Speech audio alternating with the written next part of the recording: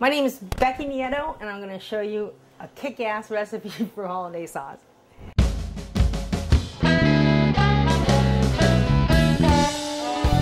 Right now we're separating the eggs, the egg whites, and from the yolk, because you're going to need just the yolk for this, and you can always save the egg whites for something else, some dessert dish or whatever you prefer.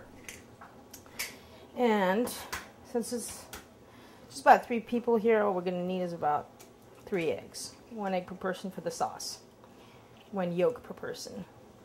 Hollandaise is one of the 5 mother sauces, so it's a good thing to know it and how to make it. And it's relatively simple, even though a lot of people actually can break it.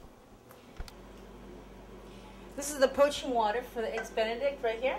And a lot of chefs put salt in the water to flavor it, and put something think that it'll separate. The eggs won't cling together in the water. So it's a preference. I think the best thing to do is to put a little capful of distilled white vinegar in there.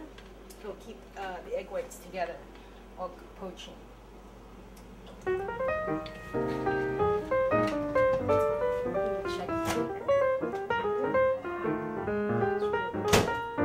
So simply all we have is egg yolks so far, butter, and lemon, and a pinch of cayenne. And normally, I'd like to do the whisk with a thinner wire to get more airflow within it, and it'll whip better. But since we're using a Teflon pan, I'm using a Teflon wire whisk. Gentle on the pan. And it's always good. This is our poaching liquid, but then again, we can a little hot water to start off with. Just a little bit. And then, usually a double broiler is a fine thing to use, but since this has such a thick bottom, it will temper just the way I want it. It won't get too hot on this. Let's add a little bit of butter. Since I'm right-handed, let me switch here. You want to slowly add it.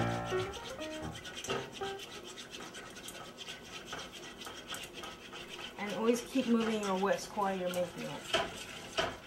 And don't let it allow your pot to get too hot.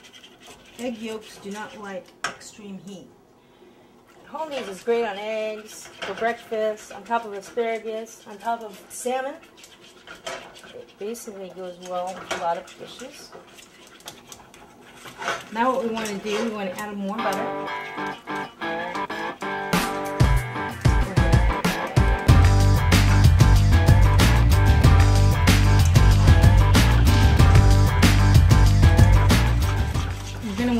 Add our flavorings, and then just a little bit here. And we're going to add some lemon juice, and we're going to add a little bit of cayenne, and a pinch of salt, and pepper. Feel free to use white pepper or black.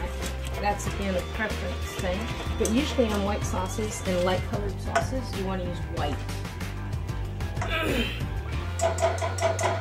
Now, since I have to keep moving the whisk, I'm going to ask my assistant to please keep whisking, keep moving the whisk while I put in the lemon juice. Okay? Always have your hand underneath, don't let any seeds go into it. That's always a good way. And make sure you get the whole bottom of the pan, the bottom surface. There we go. Thank you very much. Appreciate that. And you want the consistency to be what's called a nappe.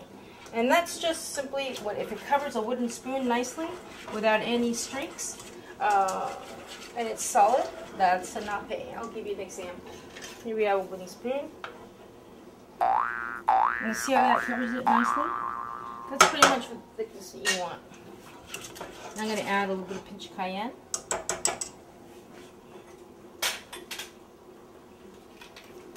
Easy on the cayenne. This is very strong. And we're going to get a little bit of pepper. I like black pepper. And a pinch of salt.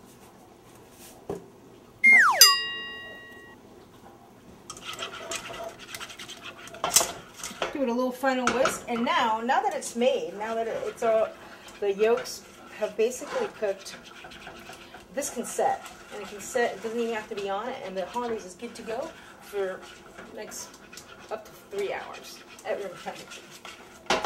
Now for the poaching process, this water is at a boiling point, and it has a cap full of white distilled vinegar, and that's again to keep the egg whites clinging, so it won't go all over the place once you put it in the liquid. Now the sure way so that you won't break the yolk is to go ahead and put it in the cup just like that, and from this process slowly add it to the water, and then the poaching process has begun.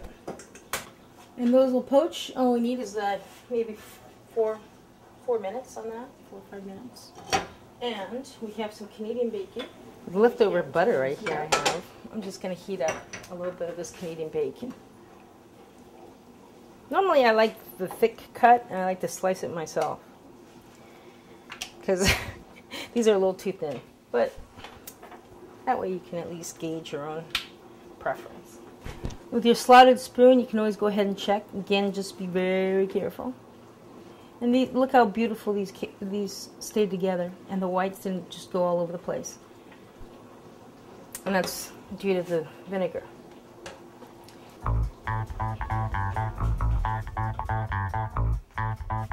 Depending on how you like your eggs, right now they're almost about over easy. They're perfect. Okay, so now you want to plate up your eggs benedict. Just go right here, and I will.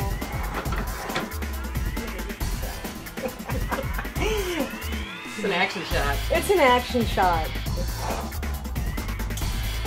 Yeah, it's because they're so thin. But here we have the Canadian bacon.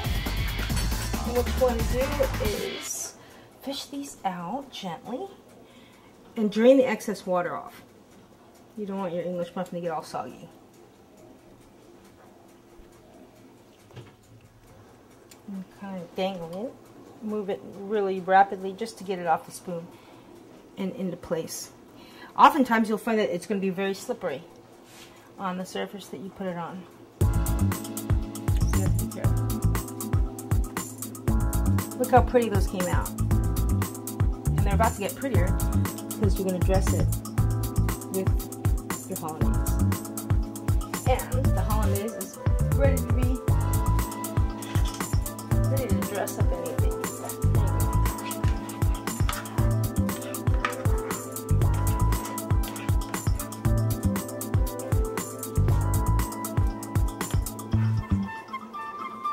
Cover the egg entirely just by moving right across. There we go.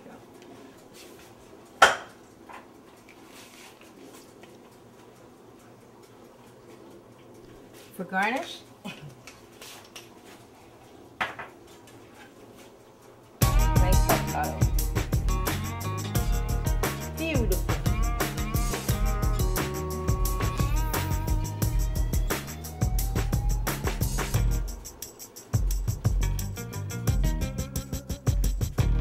So a lot of people think this is a very complex thing, eggs benedict, but I bet that was done in about 15 minutes.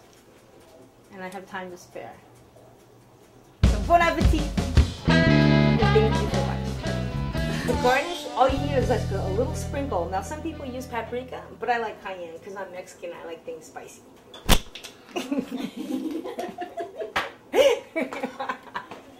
My name is Becky, Nieto, and if you want to learn how to make a kick-ass hollandaise sauce, all you have to do is watch this video and take 15 minutes of your time.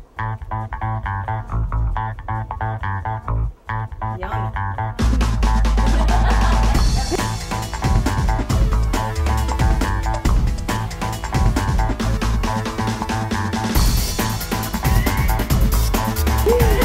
I'm starting to sweat.